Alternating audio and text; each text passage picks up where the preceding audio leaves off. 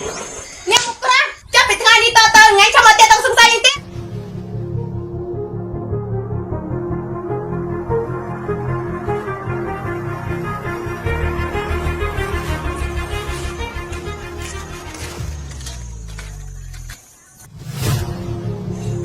អ្នកទីពីមកផ្ទះខ្ញុំមិនចែកដែរមកចូលផ្ទះសិន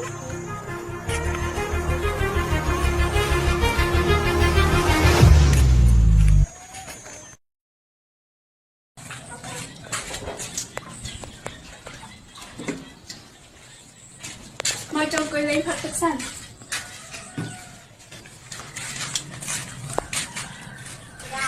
ម៉េចអ្នកទាំងពីរហ្នឹងមកមានកាយមែនបាត់មួយមួយបើឆោតសម្លខ្ញុំហ្នឹង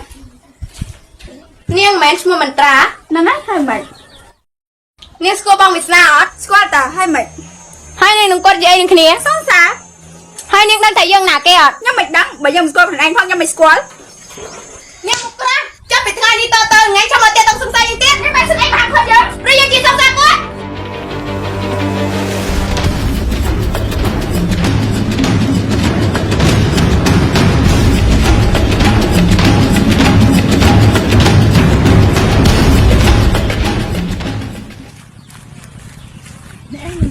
ឬថាសង្ស័យគេមករត់ដល់ទៀត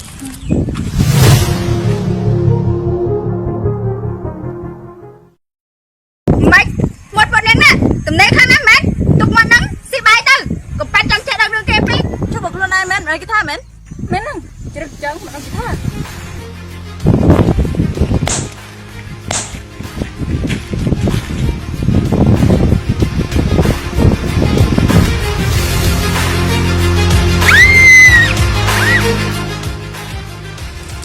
ចំណាយគេហ្នឹងដូចមិនត្រាអីក៏ដែរមិនចេះដឹងនោះខ្ញុំផ្លេច